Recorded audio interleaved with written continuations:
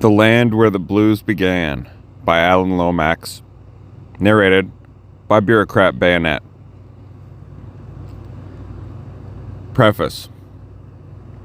Although this has been called the Age of Anxiety, it might better be termed the Century of the Blues, after the moody song style that was born sometime around 1900 in the Mississippi Delta. The blues has always been a state of being as well as a way of singing. Leadbelly once told me, quote, "When you lie down at night, turning from side to side, and you can't be satisfied no way you do, old man blues got you," end quote. 100 years ago, only blacks in the Deep South were seized by the blues. Now the whole world begins to know them. In order to hear the blues when I was very young, my girlfriend and I slipped into the black ghetto of my southern hometown under the cover of darkness. If we'd been caught there, we would probably have been expelled from the university.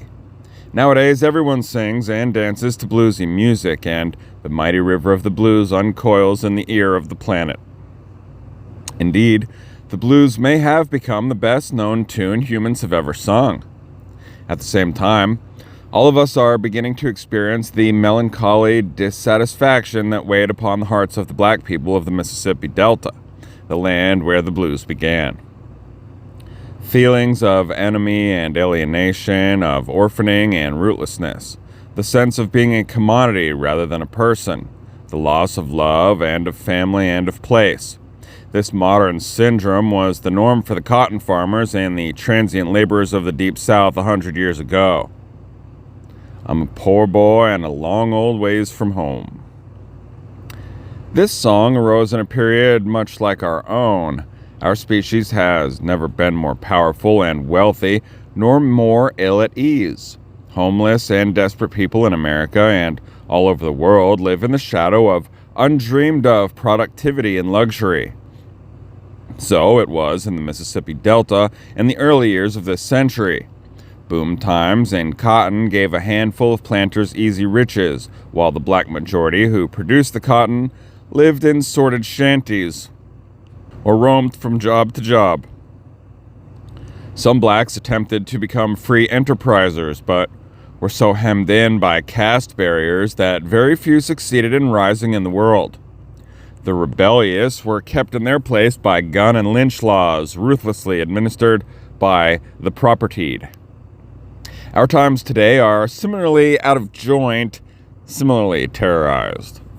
Technology has made the species rich and resourceful as never before, but the wealth and the resources rest with a few individuals, corporations, and favored nations. Most earthlings, most nations, are distanced from technological luxury, and that imbalance is presided over by armed forces capable of destroying the planet itself.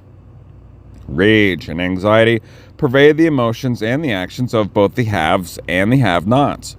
And the sound of the worried blues of the old deltas heard in back alleys and palaces alike. In such threatening situations, most people grow careful about speaking out. The fate of whistleblowers and nonconformists is well known. Those most favored by fortune become the most reticent about the inequities that profit them. The poor eat humble pie and only smile when their masters are present. Everyone learns to remain silent in the face of monstrous ironies. In the South I grew up in, for example, almost everyone had convinced themselves that blacks were happy. In fact, they were excluded from public facilities, were poorly paid, badly housed, constantly insulted and bullied, and were without equal rights before the law. Nevertheless, everybody, especially the oppressed and disenfranchised, kept quiet. Working-class blacks who talked ran the risk of losing their jobs, if not their lives. Blacks who hobnobbed with strangers might also land in serious trouble. Whites who protested were stigmatized as hard R lovers and faced social exclusion or worse. This was the way things were when my father, John A. Lomax, and I began recording Southern black folk songs in the field in the 1930s. I realize now that during a summer I spent in the field in 1935 with the brilliant black folklorist Zora Neale Hurston, she never elicited any accounts of oppression from anyone nor did she discuss such matters. I presume that she considered this too risky, and I am sure she was right. This book is a long-delayed account of my personal attempts to penetrate this zone of silence and how I managed, finally, to record the way the black laborers of the Delta saw their situation. The portable recording machine, which my father and I were the first to use, provided the first breakthrough. It was heavy, 500 pounds, and it engraved a rather noisy sound groove on aluminum discs. Even so, by making it possible to record and play back music in remote areas, away from electrical sources, it gave a voice to the voiceless. It documented music such as the complex polyphony of the blacks, which notation could not represent. Thus, the portable recorder put neglected cultures and silenced people into the communication chain. The performers were heartened when they heard their own music and often spoke into the microphone as if the machine were a telephone connected directly to the centers of power. One black sharecropper began, quote, "Now listen here, Mr. President. I want you to know they're not treating us right down here," end quote. The poignant songs he and others recorded for us stirred New Deal Washington and won support for our activity. In a few short years, the image of a remarkable African-American indigenous culture had been put on permanent record. A black Texas, a black Alabama, a black Virginia. Bit by bit, I learned to use these early machines to probe into the singer's feelings. You had to be quick because the first discs held only 3 or 4 minutes per side. It was important to keep the machine out of the picture, so I generally sat between it and the singer and flipped the discs with my back to the turntable. Soon conversations about songs lengthened into life histories. By the time the Delta trips, I was using big acetate discs. Acetate was harder to engineer than aluminum because you had not only to keep the mic focused and monitor the volume, but also to prevent the acetate chip from piling up under the recording needle. However, the tracks were much quieter, and best of all, every side could hold 15 minutes of sound. This meant long events, church services, games, storytelling, work scenes, extended reminiscences could be documented. Every time I took one of those big black glass-based platters out of its box, I felt that a magical moment was opening up in time. Never before had the black people, kept almost incommunicado in the Deep South, had a chance to tell their story in their own way. For me, the black discs spinning in the Mississippi night, spitting the chip centripetally toward the center of the table, also heralded a new age of writing human history. And so it proved. The recorded prose, when transcribed, curled, and capered beautifully in print. It was as good as the best of Shakespeare's, quote, vulgar scenes or Dickens's, writers who I suspect had recording machines in their heads.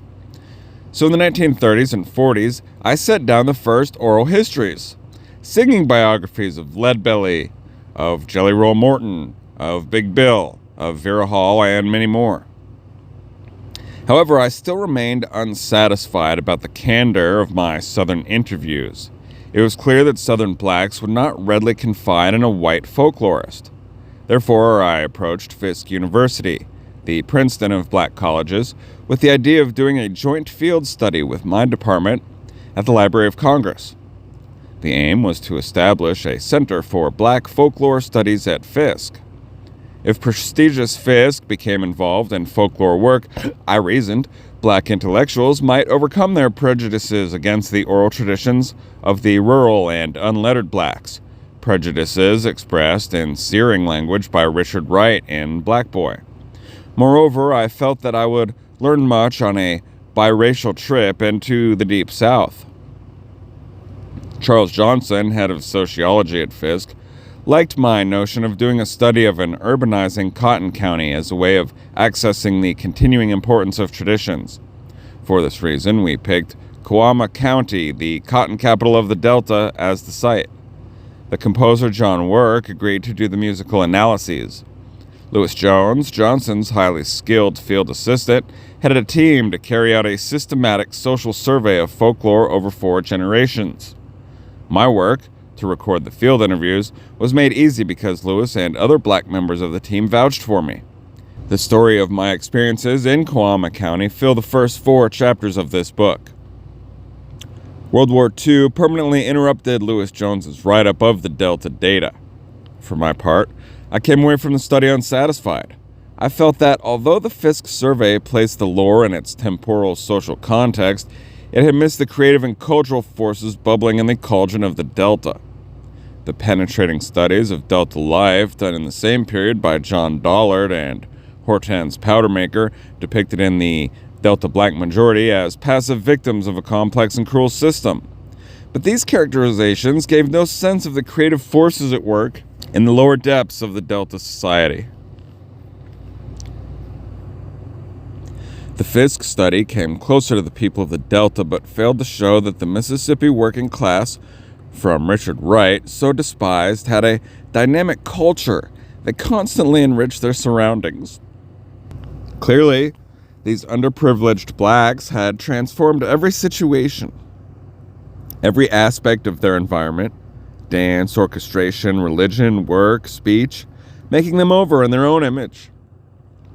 But the Fisk study had failed to locate the cultural wellsprings of this underprivileged majority and to describe the dynamics of their constant creativity. During the 40s and later, I continued to interview Delta musicians and returned to Mississippi several times to make tape, stereo, then video recordings. Year by year, I learned how to ask better questions. The further the recording session was from the Delta, the more openly the blacks spoke about their lives. I took my Delta material overseas with me and puzzled over it as I worked on a world anthropology of folk and primitive music. Gradually, I began to see Delta culture as the product of the reaction of a powerful African tradition to a new and often harsher social environment. On my return to America, I carried this insight further. Together with a team of specialists, I spent a number of years on a global study of the relation of performance style to culture in twin surveys of the treasures of ethnographic recordings and film. This work put the African American drama in perspective as one of many encounters between African and Eurasian performance styles. Out of this study came ideas that illuminated the Delta research. It became clear that Black Africa had distinctive performance styles, quite as formal as those of Western Europe. Moreover, these expressive patterns clearly represented and reinforced the fundamental structures of African society. Their broad provenance throughout Africa, south of the Sahara, indicated that even though they had been transmitted orally and non-verbally, these cultural traditions were both powerful and stable. Careful comparison showed that Black African nonverbal performance traditions had survived virtually intact in African America and had shaped all its distinctive rhythmic arts during both the colonial and the post-colonial periods. It was this unwritten but rich African tradition that empowered the creativity we had encountered in the lower depths of the Mississippi Delta. The error in African American studies had been to look to print and to language for evidence of African survivals. For instance, musicologists discovered that American blacks performed many European-like melodies, but failed to notice that the whole performance context, voicing, rhythmic organization, orchestration, remained essentially African. Such scholarship turned university-trained black intellectuals and writers away from the heritage of their parents, who had a non-print, non-verbal heritage that the educated falsely labeled, quote, ignorant. Nonetheless, it was because of this culturally biased, quote, ignorance that African American culture had been largely passed on in America, that is, through nonverbal and oral channels, the reach of censorship. Every one of the world-renowned Black American genres, from ragtime to rap, bears the mark of this folk heritage. Clearly, also, it provided the resources employed by the Delta Blacks and manifold adaptations to their harsh destiny as an uprooted and exploited people. Gradually, I saw how, through every trial, Delta blacks had been buoyed up and propelled forward by the nourishing river of black cultural practice, maintained in the isolation of the southern ghetto. Like Cunning Briar Rabbit, the African-American creative tradition was, quote, bred and born in the briar patch, end quote, created by Jim Crow. A flood tide of supportive African sociability, eroticism, and life-giving laughter welling up in black family and community life endowed black life with a certain invulnerability in the face of sharp adversity. Our studies established solid connections between the modes of everyday and the characteristics of song and dance styles. For example, these wider investigations show that the ability to sing in good concert and to dramatize strong feelings in dance were present wherever cultural conditions constantly brought black people together for social activities. The large extended families, the neighborhood self-help groups, and the community-led religious services of the blacks provided such sociable occasions and fostered ease in morale-building group performances. Therefore, it could be argued that the new song styles of the Delta symbolize the dynamic continuance of African social and creative process as a technique of adaptation. Moreover, the birth of the blues and the struggles of its progenitors could be seen as a creative deployment of African style in an American setting, the operation of African temperament in new surroundings. In a sense, African-American singers and dancers made an aesthetic conquest of their environment in the New World. Their productions transfixed audiences, and white performers rushed to imitate and parody them in the minstrel show, buck dancing, ragtime jazz, and nowadays in rock, rap, and the blues.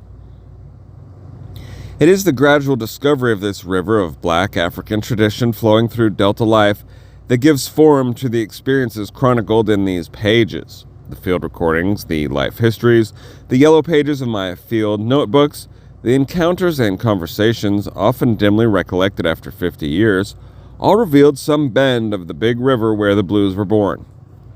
As the work went on, the eloquent people of the Delta spoke more openly, and it was a source of deep satisfaction to me that at last I, a white Southerner, could penetrate the Southern facade and learn something about what life was like on the other side of the Jim Crow line. The tales and songs return again and again to a few themes, to the grievous and laughable ironies in the lives of an outcast people who were unfairly denied the rewards of an economy they had helped to build. One black response to this ironic fact was to create the blues, the first satirical song form in the English language, mounted on cadences that have now seduced the world. It is heartening to realize that both the style and the inner content of this new genre are bold symbols of an independent and irrepressible culture. The experience of Southern working-class blacks who created the blues in the post-slavery period was in some ways more bitter than slavery itself. Promised equal rights and opportunities, blacks were, by and large, denied both. They put their hand to the plow, to the railroad hammer, to the lines of the mule team, and, in effect, built the South for subsistence wages.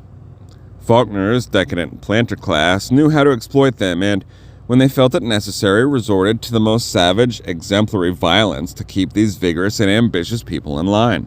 As always, such cynical violence imposed from the top led to violence within the exploited group, a very ugly emotional safety valve. These conditions, described in the following pages, continued, especially in the Deep South, with little change until World War II and even after the Johnson political reforms and the inspiring success of the integration movement have not entirely disappeared. Thus, they form the immediate background for our present. The Delta scene was perhaps more savage than that in some other parts of the South because it was a sort of industrial frontier. Yet it is fair to say that the grandparents, even the parents of the majority of American blacks, were painfully acquainted with the lifestyle described in these pages. Now that people everywhere begin to taste the bitterness of the post-industrial period, the Delta blues have found a world audience. A.L., New York City, June 1992.